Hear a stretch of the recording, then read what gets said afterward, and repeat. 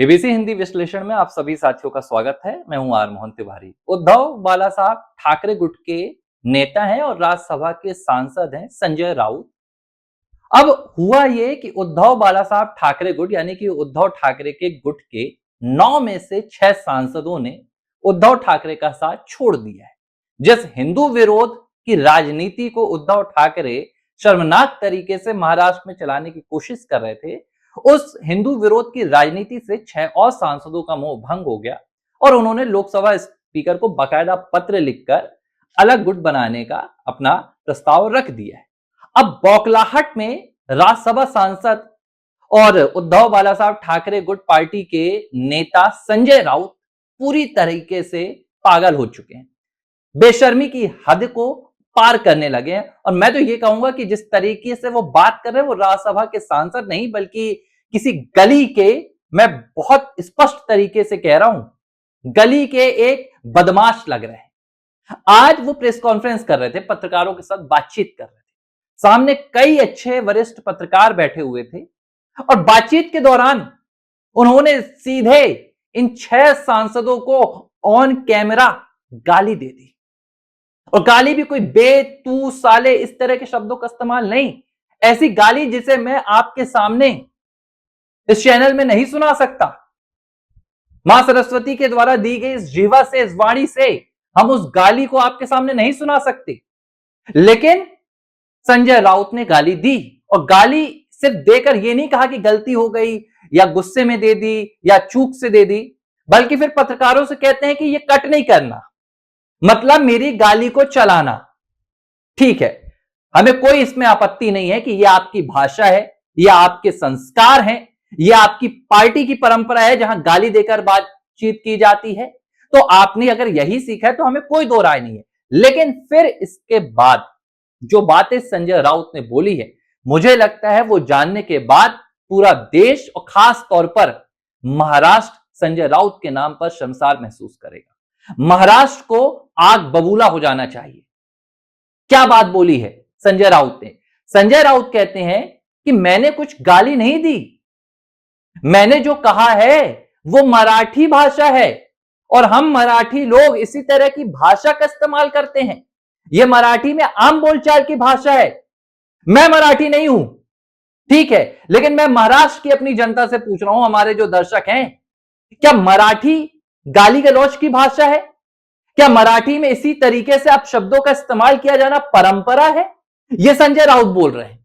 जिस मराठी भाषा को लेकर महाराष्ट्र में सैकड़ों आंदोलन होते रहते हैं, जिस मराठी संस्कृति के लिए महाराष्ट्र में हमेशा बवाल मचा रहता है, उस मराठी भाषा को आज संजय राउत गाली गलौज की भाषा बोल रहे हैं।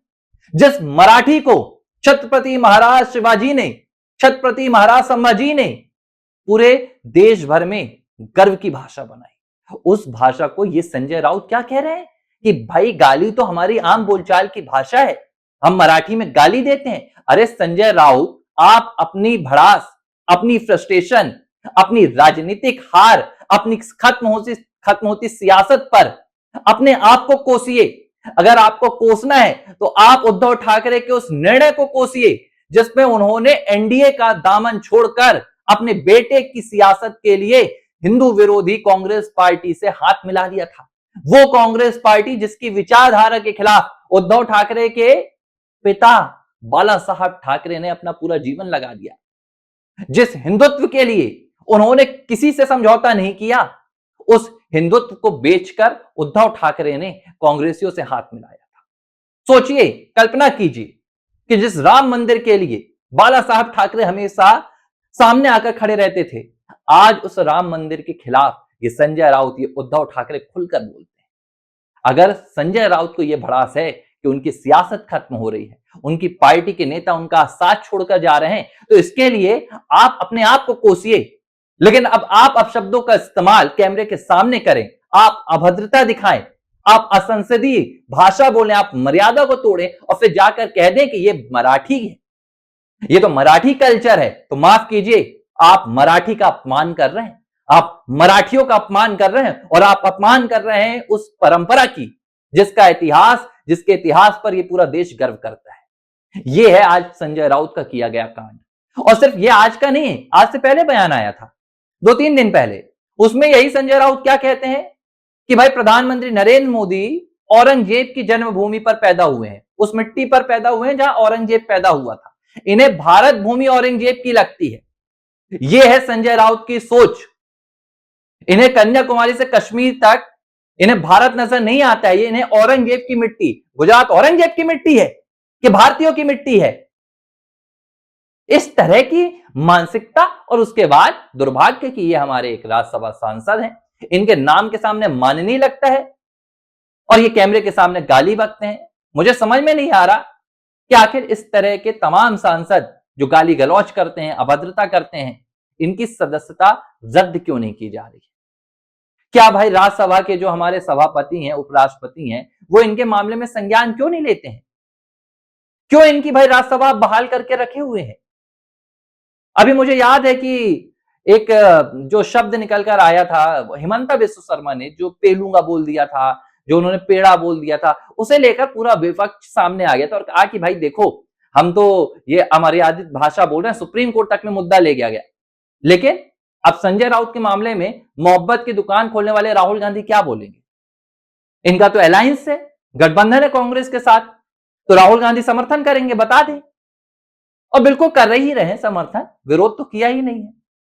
जाहिर सी बात है कि संजय राउत अगर ये कह रहे हैं कि यह आम बोलचाल की भाषा है, तो जिस तरीके के शब्दों का इस्तेमाल संजय राउत ने उन 6 बागी सांसदों के लिए किया है, मुझे पूरी उम्मीद है कि संजय राउत इन्हीं शब्दों के इस्तेमाल से उद्धव ठाकरे को भी नवाजते होंगे और राहुल गांधी को भी नवाजते होंगे। अब कौन से शब्दों का इस्तेमाल किया है संजय राउत ने, वो आप देख लीजिएगा। मैं इस एबीसी हिंदी के मंच पर उस गाली गलौज वाले शब्द को आपको नहीं दिखाना चाहता, लेकिन एक बात तय है, फ्रस्ट्रेशन, भड़ास और बौखलाहट अब विपक्ष में पूरी तरीके से हावी हो गई है। ये कभी देश का अपमान करते हैं, कभी प्रदेश का अपमान करते हैं, कभी भाषा का अपमान करते हैं।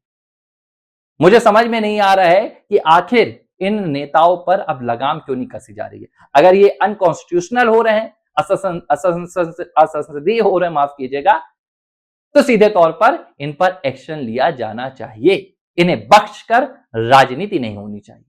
इसलिए मेरी आपसे विनती है, एबीसी हिंदी पर आपने ये वीडियो देखा, इसे ज्यादा से ज्यादा लोगों तक पहुंचाइए ताकि पता चले कि जिन विधायकों की मदद से, जिन वोटों की मदद से ये राज्यसभा पहुंचते हैं, माननीय बनते हैं, माननीय बनने के बाद ये किस तरह की भाषा का इस्तेमाल करते हैं, किस तरह की शब्द शैली का ये इस्तेमाल करते हैं, क्या इनकी सोच है, क्या इनके संस्कार हैं और क्या इनका मकसद है।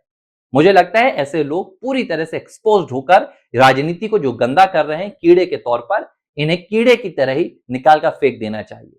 संजय राउत माफी मांगे या ना मांगे, लेकिन मुझे लग रहा है कि महाराष्ट्र की जनता को एक बार सोचना चाहिए कि वो किस तरह के राजनेताओं को राजनीति में रखे हुए हैं। एबीसी हिंदी न्यूज, आज ही जुड़िए हर खबर के साथ।